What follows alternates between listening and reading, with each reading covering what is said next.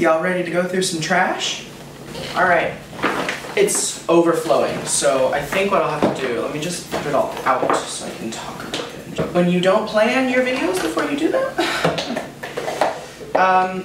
But you know, as we're talking, so I've been actually trying to be a lot more conscious of using things up, because I think I just get overwhelmed by having too many products. And I know that it's like such a beauty blogger problem to have, I guess. I mean, I know it's really not a problem to have. Like, I'm so fortunate to be in the position that I am, and I would never take it for granted, but it's also like, you know, you can start to like bog yourself down by just being kind of consumed by stuff. And I think that is really dangerous, you know, because it's like, you are not your products, you know, that's not your value. So let's just begin. Borghese. So, you know, they had that line in Target and then they got rid of it. Why? I don't know. This was one of the best toners that I'd used, and I still have a backup of this, although at this point I'm like, I don't know. It's like, there are other things that I love more, but at the time this was like my end-all be-all toner, because there was just nothing in it that was bad. It was just gorgeous ingredients, high concentration of almost everything. It felt like it did something, you know, it really hydrated my skin, it really softened it. You can no longer get this. I have a backup. I might pass it on to a friend just because I'm like, you know, it's 8.4 ounces, it takes forever to finish. I have other toners I really like. Not that I dislike this, but since it's no more, I'm like, why, you know? So yeah, finally finished one of those, it's about time. Finished, well, almost finished. I had to put it in here because this is MAC Fix Plus. This is my single most repurchased mist spritz ever, and probably will ever be. I will be repurchasing this for as long as I live. I just know that as a fact now. I've been using this since I was probably 15. So this is a soothing moisture mist that refreshes the skin and finishes makeup. So this is a really great spritz after using acid, because I find it to be really hydrating. There's lots of soothing green tea, cucumber, antioxidants, that sort of thing. It's really great to spritz on the skin before you apply foundation because it gives it a nice slip. I tend to get my beauty blender damp on the rare occasion that I use one, and then just use regular water, and then I spritz either the point or the butt end with this, just because there's that glycerin content that tends to help with slip a little bit more, and it doesn't tend to pull foundation away. It is fantastic as just if you want to just spritz your face to kind of refresh. You can spritz it after your makeup. It is probably one of the most versatile mists. It's not grossly expensive. If you want a face mist that's not, again, grossly expensive, that's easily accessible, I'm happy and proud to recommend this because I love this and I stand by this and I will forever. And I forgot to include it in my products I forgot to mention, or I forget to talk about video, because I use it that much. 12 bottles in my life, guesstimating 10 to 12, and I'll just be continuing to repurchase forever and ever and ever.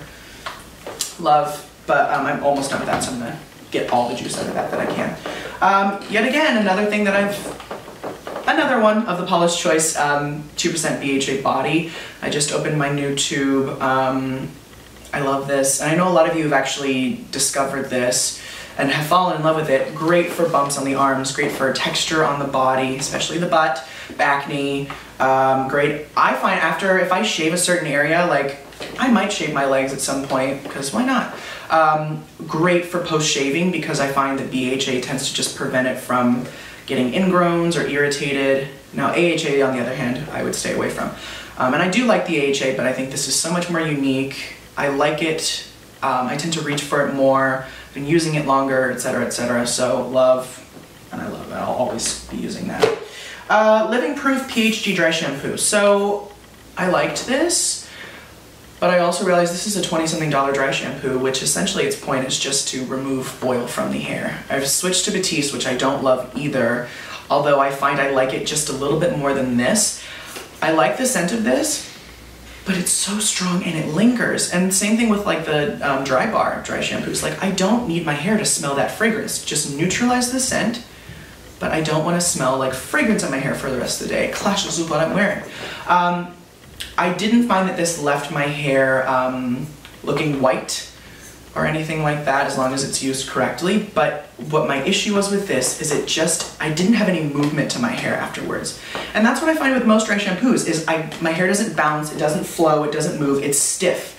And I'm trying to not shampoo every day because I have a really oily scalp as of lately. I don't know why. Which, by the way, if you have any recommendations for oily scalp shampoos that are SLS free, because my scalp doesn't like that, then please let me know, because I'm really looking for something new. But for something that is so utilitarian, to me it just doesn't make sense for my hair length and for, you know, just my needs to pay as much for a dry shampoo, unless it's going to change my life, and this one didn't. It's not bad, and I know a lot of you like this, but it just didn't suit my preferences. This Badescu Botanical Exfoliating Scrub I just used on my body and it was okay. Dr. Carver's Shave Butter, I think I actually just finished this morning. This is my favorite shave cream ever. I have no desire to want to try anything else. The thing I appreciate the most out of everything that's good about this, which is a lot, is that it's not ridiculously expensive, and I can just add it to my cart when I get my Replenish and my razors. I'm probably not alone in this, but I hate buying things that I know I have to buy. Like, I'm like, ugh, light bulbs, shaving cream, like it's something that I have to buy, and so the fact that it's not expensive and I love it so much just makes the process a lot less obnoxious. This is really great. It's never irritated my skin. It always helps me get a close shave. It always keeps my skin soft and comfortable. It doesn't lather, doesn't foam. So, perfect. The Andalou Naturals Meyer Lemon Creamy Cleanser. I love this, and I don't know why I'm just now realizing that I haven't repurchased this. I guess because I have 8 trillion cleansers. This is a really good, I find to be personally, universal cleanser. It's like a lotiony consistency. I would not call it like cream by any stretch of the imagination. And it smells like lemon tea and honey. It's gorgeous. Cleans the skin, softens it, gives it a nice glow. It's got that lemon, so it's a little bit acidic. The pH is where it should be.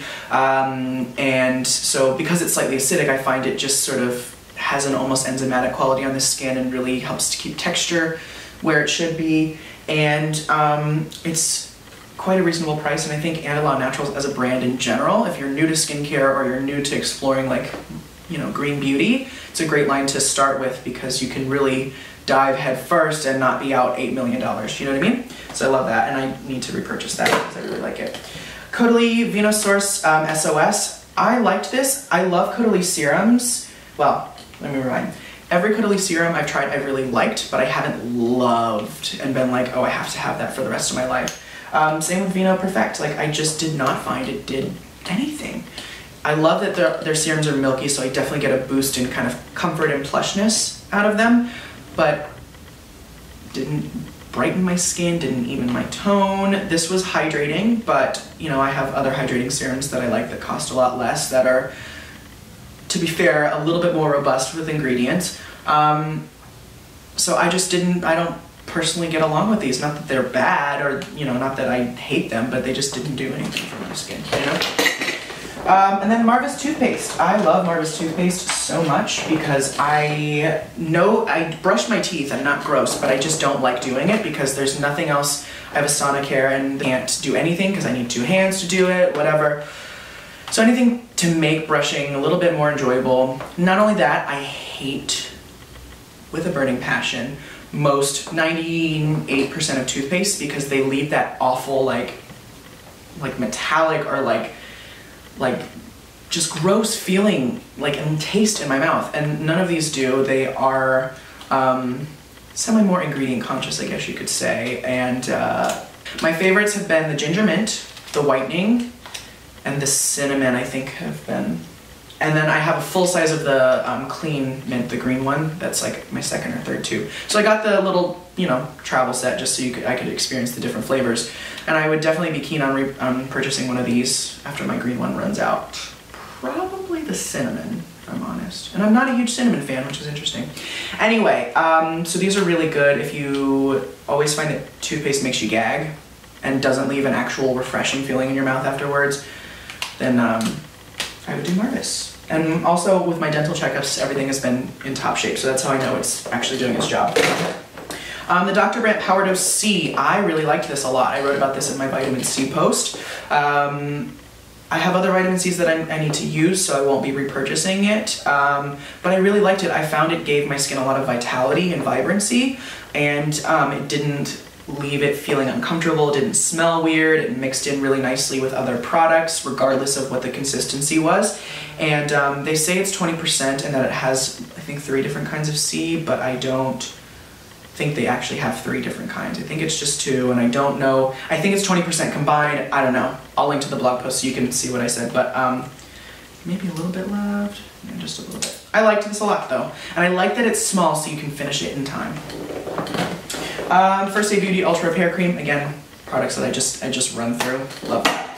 The Laneige Sleeping Pack. This is the old packaging. I really liked this. It was my first sleeping mask that I'd ever used. And I actually wouldn't mind repurchasing now that I think about it.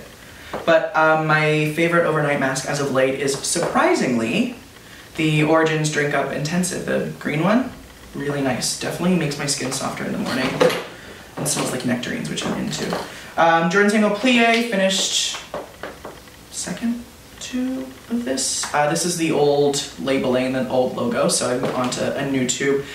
Really good. It cleans the skin, it removes makeup, it's priced reasonably, it smells fantastic, and it just works really, really well, and it's quite flexible and versatile, which I think makes it a standout product.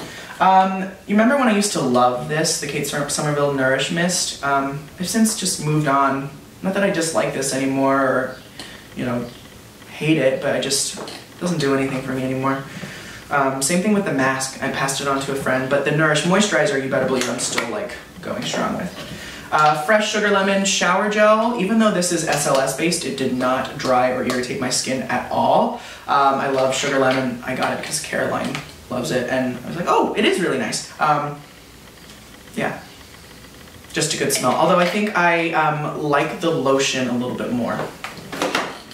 I finished a Good Jeans. It just will happen periodically because this is something I always keep on hand. I love it, but I will say, and I say this all the time, but not always to everyone at one time, I think it's so much better if you don't use it as directed, if you use it semi-infrequently, once or twice a week at most, and just give your skin time to recover. It's strong, and I think most people tend to overuse it and then deal with a lot of dehydration. And if you use it every day and you're like, well, I like using it every day, try, just humor me for like 2 weeks or so. Just try doing it once or twice a week and see. And if it doesn't give you the result you want, then go back to doing whatever you're doing. But a lot of people that I've suggested, you know, to use it that way have gotten along really even better with it, because it just gives your skin time to recuperate. So that's that. The Farmaesthetics Vapor Bath Elixir, loved. It's very like clovey, minty, mentholy, camphory. Gorgeous. I'm definitely keen to get a full size. And it is green. It says it's green. It is green. The Copper Amino Isolate Serum from NIOD. It was nice at first, but eventually I got to a point where I was like, okay. But that's sort of been NIOD for me in general. There hasn't been anything that's really knocked my socks off and like I've continued to want to use for a long period of time. And that's DCM in general, unfortunately. I find in general I just don't connect with a lot of their products. And that's just personal preference, you know, and personal tastes. Not that there's anything wrong with them at all. I finished a Tata Harper Replenishing Nutrient Complex, and I've got another one that I'm working on, and they're actually nice enough to send me one of the big ones. I like this a lot.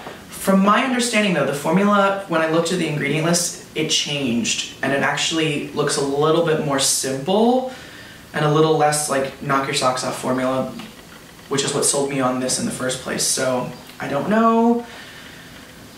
I really like this, and if the formula hasn't changed, then thank God, because it's so good, but if it has, I'm like, what are you doing? Paula's Choice C15 Super Booster. I like this, although I have been reaching for the Dennis Gross C and Collagen a lot more.